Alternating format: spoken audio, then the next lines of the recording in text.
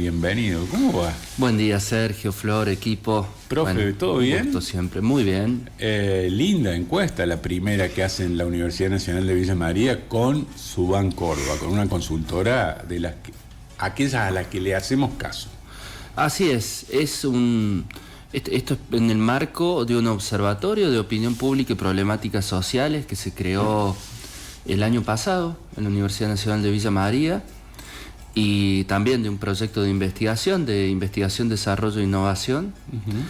El estudio previamente ya realizó varios focus group, varios grupos focales. Yo en alguna ocasión acá en la columna mencioné algo de lo que surgía de esos grupos focales. Incluso adelanté algo de esta encuesta que, claro, cuando la vimos, nos sorprendió, ¿no? Pero sí, para cerrar eso, es una actividad de investigación y de vinculación, digamos, de investigación vinculada, podríamos decir más bien, ¿no? Muy en donde bueno. hay una interacción entre la consultora y nuestros investigadores, investigadoras, becarios, estudiantes, y a partir de eso, bueno, se lleva adelante el estudio enfocado en jóvenes y también preguntándonos, bueno, diferentes cuestiones de algún modo que trataban de ir más allá de lo coyuntural, ¿no?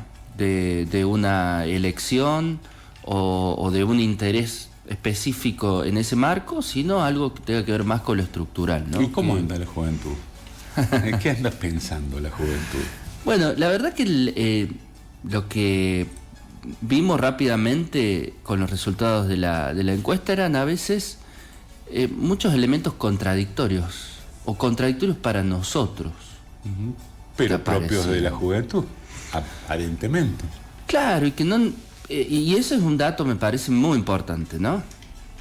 Porque a veces nosotros, otra generación ya, nacidos por supuesto del siglo pasado, tenemos otra idea de la política, una idea que después he traído una referencia de eso para que pensemos, reflexionemos hacia el final, una idea más estática, una idea más lineal, si se quiere, de la política. Y en este caso uno puede ver elementos que, sí, para cualquiera de nosotros sería contradictorio, pero que conviven, sobreviven y están en la opinión, ¿no?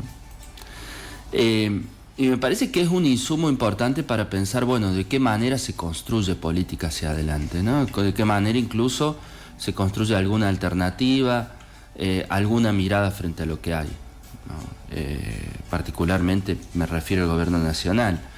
Pero, por ejemplo, Sergio, para arrancar, ¿no?, con los datos, a mí me parecía interesante tres cosas. Uno, cuando se le pregunta cuánto te interesa la política, hay más de un 60% que dice que le interesa mucho o algo, ¿no? Incluso si uno suma lo que le dice que interesa poco, es más de un 80%. Que hay algún tipo de interés en la política. Claro, que a veces uno cuando lo mira de lejos, Parece que no les importa parece que nada. no le importa nada, sí interesa, ¿no? Ahora, cuando preguntas qué sentimientos le genera la política, y sentimientos negativos, el 77% dice que le genera sentimientos negativos. Entonces, convive el hecho de que interesa la política y que al mismo tiempo genera sentimientos negativos, lo cual no es menor, ¿no? Ahí supongo que debe entrar la diferencia de política a políticos. Claro. La concepción de algunas personas y no de la cosa política. Bueno, algo similar pasa con la cuestión de la democracia también, ¿no? Uno ve que hay una alta valoración, ¿no? Cerca de un 70% dice que la democracia es preferible a cualquier otro tipo de gobierno, ¿no? O sea, hay una valoración muy positiva de la democracia. Ahora, cuando se pregunta más específicamente respecto de la democracia, bueno, ¿esa democracia favorece o perjudica el reparto equitativo de la riqueza? Y hay poca gente que dice que favorece, ¿no? Un 36% nada más dice que favorece. Es decir, y al mismo tiempo casi el 50% dice que la democracia funciona mal. en Argentina, ¿no? Ahí está muy dividido, muy parejo, ¿no? Porque también un 45% dice que funciona bien. Pero otra vez la diferencia entre el sistema y quiénes son los encargados de llevarlo a la práctica, de ponerlo en práctica. Claro, en principio esa podría ser la lectura, ¿no? Bueno, sí.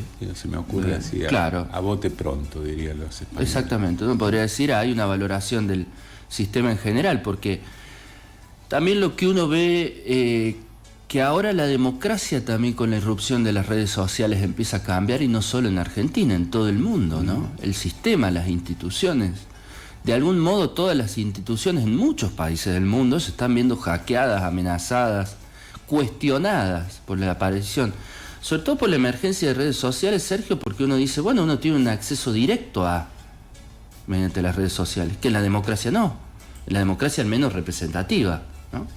La democracia representativa exige mediaciones, ¿no? Pero me quería detener también en algunos datos más, ¿no? Bueno, cuando se consulta también sobre los partidos políticos, también hay una... o sea, hay una idea de que los partidos políticos, una idea muy importante, que los partidos políticos tienen que alcanzar acuerdos, consensos, pero al mismo tiempo hay una valoración negativa muy alta de los partidos políticos, ¿no? Esto es importante, ¿no? O sea, dicen, bueno, los partidos políticos solamente buscan sus intereses, tiene una aprobación más o menos del 80% esa frase, o que representan cada vez menos, tiene también más de un 80% de aprobación esa frase, ¿no? Entonces, lo mismo que se da con la democracia, se da con los partidos políticos. Y una lectura posible es lo que decís vos, Sergio, ¿no? O sea, hay una valoración general muy alta, y después cuando uno va hacia el detalle, hacia la práctica, digamos, de la democracia de los partidos políticos, una mirada muy negativa. E igual con la cuestión del Estado, también uno puede ver... Me llamó la atención cuando lo vi publicado en el diario, la alta valoración que tiene la juventud hacia la participación del Estado en cuestiones básicas, fundamentales, como la educación, la salud, etc. Exactamente, sí. Salud y educación, más de 80%. Cree que el Estado es el que tiene que... Exactamente, que tiene que intervenir en esos ámbitos, ¿no? Sí, Incluso sí. la universidad pública como institución es la institución más valorada, con mayor imagen positiva. Con la democracia se come, con la democracia se cura, con la democracia se educa, decía el primer presidente de este periodo democrático. Claro, allá por el 83. Evidentemente, es una concepción que hay que completar de alguna manera, ¿no? Frente a esto.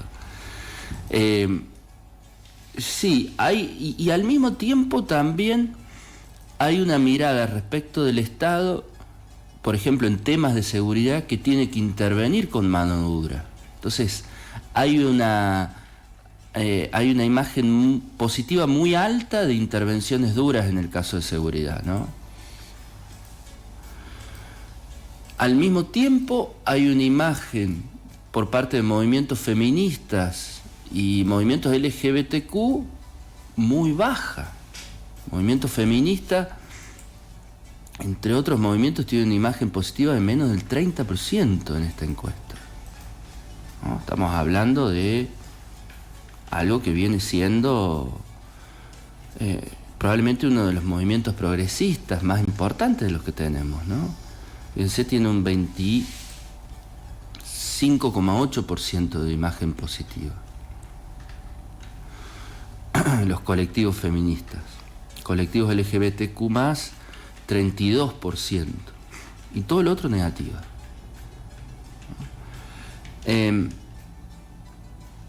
Y las universidades tienen más de un 65% de imagen positiva. De vuelta, acá hay la idea de un Estado presente, pero no de un Estado quizás como nosotros lo estamos pensando, ¿no? La importancia incluso de que el Estado intervenga en áreas de la economía también está presente en la encuesta como una valoración muy, muy alta, ¿no? Incluso de que, por ejemplo, los ricos deben pagar más impuestos que el resto. Hay más de un 50% que está a favor de eso, ¿no? Importante. Entonces, eso es llamativo, ¿no? Yo creo que lo charlábamos en otra columna. Esas contradicciones, entre comillas, ya podemos ir poniéndolas, como en relación a la democracia, también aparecen, si se quiere, en relación al Estado, ¿no? Un Estado presente, un Estado que intervenga en diferentes cuestiones, pero no con una línea ideológica lineal, única, ¿no? Hay unas ciertas contradicciones que son sumamente interesantes. Sí, después, cuando uno va al ámbito de la ideología, uno advierte que ahí está más corrido hacia la derecha la identificación política, ¿no? Hay más jóvenes que se consideran de centro derecha y de derecha que los que se consideran de centro izquierda y de izquierda. Pero al mismo tiempo hay muchos que se consideran de centro, ¿no? Hay más de un 21% que se considera de centro, un 10% que se considera de centro derecha, un 21% que se considera de derecha, y después, si uno va a la izquierda, solo un 15% que se considera de centro izquierda y solo un 4% que se considera de izquierda. El 4% coincide en este caso, ¿no? Más allá de todo, con el 4% histórico que redondea la izquierda en las elecciones. Claro, y un dato que no me parece menor también en el marco de todo esto, ¿no? De extrema derecha hay un 6,5% que se considera de extrema derecha, ¿no? Frente solo un 1,6% que se considera de extrema izquierda, ¿no? Eso me parece que habla de todo esto. Después, por supuesto, hay un 20% que no se identifica ni con uno ni con otro, ¿no? Hay que leer con mucha atención porque cuando hablamos de extrema derecha, hablamos de pensamiento filonazi,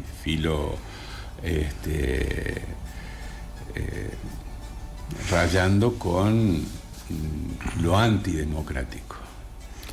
Sí, muy probablemente están más cerca quizás de la identidad libertaria o uno supone eso, ¿no? Que también hay ahí una identidad que aparece, un 15% que se considera libertario, un 12% que se considera liberal, ¿no? Y aparece también una identidad progresista con alrededor de un 13%. Bueno, ahí claramente hay un corrimiento hacia la derecha, sin lugar a dudas, ¿no? Y al mismo tiempo, cuando se pregunta cómo va el gobierno de Milei, ahí aparecen datos en donde la mayoría dice, bueno, que su situación económica empeoró desde que está Milei, ¿no? Está hecha en un segmento etario que va desde los 18, desde los 16 a los 30, ¿no? En todo el país. Esto es en todo el país, ¿no? En toda la Argentina. Bueno, incluso cuando se pregunta, bueno, ¿qué partido o qué identidad política estricta a vos te identificás más? Bueno, aparece La Libertad Avanza como el espacio político que más piensa en los jóvenes, ¿no? Con un 30%. Está muy cerquita de la opción que gana, que es nadie, ¿no? A esta pregunta de ¿cuál es el espacio político que más piensa en los jóvenes? Y solo un 17% ahí habla o se identifica con el peronismo, o identifica el peronismo como el espacio que más piensa en los jóvenes. ¿El radicalismo? Y seguramente el PRO, un 2,5%, otro 5% no debe sabe. Debe estar dentro de ese 5%. Claro. Sí, diluido absolutamente. Exactamente. Ya los chicos por ahí, fíjate, son chicos nacidos después, inclusive del fallecimiento de Raúl Alfonsín. Claro, por supuesto, claro. Y ahí me parece que está uno de los nudos, si se quiere, de la lectura de este informe, ¿no? Por un lado, Milei no llega, como hemos dicho en otras columnas, a enamorar a los jóvenes, ¿no? O a una gran mayoría de los jóvenes. Al 30, del 100, el 30. Hay a 3 de cada 10. Exacto, pero al mismo tiempo cuando uno pregunta ese 30 tampoco es que hay un encantamiento que uno diga... me va mejor, mira, crecí Exacto, en esto, me desarrollé en el laburo, económicamente estoy mejor. Sacó 40, es decir, que entre los jóvenes y otro sector piensan de esa manera, que lo hablábamos, todavía pesa más la esperanza que lo mal que la estoy pasando. Claro. Y algo que evidentemente tiene la Libertad Avanza, que de alguna manera puede ser escuchada por los jóvenes. Hay un mensaje que de algún modo es escuchado por los jóvenes, ¿no? Frente a otros mensajes de otros espacios políticos que claramente no están llegando tan fácilmente a ser escuchados por los jóvenes, o que claramente no llegan. O se quedaron en el tiempo o no entienden las nuevas formas de comunicación. Así es. Yo creo que ahí hay un punto de la encuesta que es importante, y traía para graficar justamente ese punto. Un libro. No puede con su genio el profe. Claro, el que les hablé la vez pasada, que es de Giuliano da Empoli, y se llama Los Ingenieros del Caos, ¿no? Un libro que se ha convertido rápidamente en un bestseller. Giuliano da Empoli era un consultor en Italia, un consultor político. Bueno, estuvo incluso vinculado al surgimiento del movimiento 5 Estrellas en Italia, que llevó a un comediante, a Beppe Grillo, ¿no? A la primera magistratura del país. Y hay algo interesante. Él contrapone, dice, la política newtoniana a la política cuántica, ¿no? Y dice, guarda, que nosotros nos estamos quedando pensando en una política newtoniana, una política del siglo pasado, y lo que está sucediendo ya es otra cosa, ¿no? Porque dice, por ejemplo, la democracia liberal es una construcción newtoniana, basada en la separación de poderes y la idea de que es posible, tanto para gobernantes como para gobernados, tomar decisiones racionales basadas en una realidad más o menos objetiva. Acá en esta columna hemos hablado bastante de la realidad también. Y después dice, con la política cuántica, a diferencia de esa, la realidad objetiva no existe. En la política cuántica, la versión del mundo que cada uno de nosotros ve permanece literalmente oculta a los ojos de los demás. Este fenómeno dificulta cada vez más la posibilidad de alcanzar consensos. Cada uno de nosotros camina en su propia burbuja, en cuyo interior se escuchan unas voces determinadas y no otras, donde unos hechos existen y otros no. Citando a otros autores, acá da Empoli va a decir, ya el problema no es de opiniones, es de hechos. Eso es muy importante también para la comunicación y para el periodismo, para el peronismo también, porque es fundamental. Ya no es un problema de opiniones, es directamente un problema de hechos, ¿no? Y cómo se construye eso, porque en función de cada burbuja donde uno se mueve, eso va a cambiar, ¿no? Y dice una cosita más que me parece muy importante la política cuántica, que está compuesta, dice, de varias verdades contradictorias que pueden coexistir sin que una de ellas anule necesariamente a otras, ¿no? Me parece que ese es un elemento fundamental para leer este estudio, ¿no? Acá, en este estudio prima facie uno dice, bueno, hay una desorientación, muy probablemente, pero al mismo tiempo hay un juego entre contradicciones y hay un juego de otras realidades, ¿no? Que muy probablemente se nos estén escapando a la mirada newtoniana. Es casi como que dos pensamientos contradictorios pueden coexistir en una misma mente. Claro, y quizás en un mismo instante. Y vos fijate lo que son los líderes mundiales en relación a eso. Los líderes de la extrema derecha o de la derecha global constantemente tienen ese tipo de mensajes contradictorios. Trump en el mismo día puede decir una cosa, al otro día dice la opuesta, y eso no genera un rechazo de gran parte de quienes lo escuchan, ¿no? Cuidado con eso. En cambio, el líder político tradicional está permanentemente buscando esa coherencia, esa cohesión, esa linealidad. Muy buen estudio, el primero en conjunto entre la Universidad Nacional de Villa María y Subán Córdoba. Estaba buscando uno de los títulos que había visto en el diario de hoy y en los diarios de hoy cuando leíamos las tapas. Ahora no lo estoy encontrando, pero bueno, esto, hablábamos de los líderes y las contradicciones. Trump presiona a Zelensky para que le ceda territorios a Rusia. Uh-huh.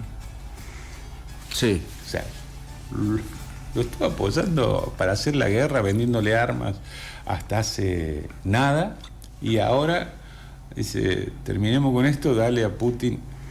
A sí, Rusia. Sí, no nos sorprendamos cuando deje de dar otros apoyos internacionales que está dando Trump, o cuando comience a darlos, ¿no? Sí, es una época que la tenemos que empezar a leer, sí, con otros lentes. Sí. Con otros lentes. Sí. Porque cuando uno lee eso, todo el tiempo está diciendo, che, hay una carga nostálgica nuestra, ¿no? Es decir, che, ¿cómo no volvemos a la época de los líderes anteriores que te daban alguna certidumbre? Bueno, me parece que hoy estamos en ese otro momento, más de incertidumbre, ¿no? Y de estas construcciones, quizás más efímeras, pero sobre todo contradictorias. Jorge Foa Torres, un gusto, un placer poder compartir, pararnos a reflexionar un rato en medio de tantos titulares, en medio de tanta noticia que va y viene, que cambia, poner un poco las barbas en remojo sobre la actualidad y lo que se nos viene encima. Gracias siempre. Por favor, un placer. Gracias a ustedes, Sergio.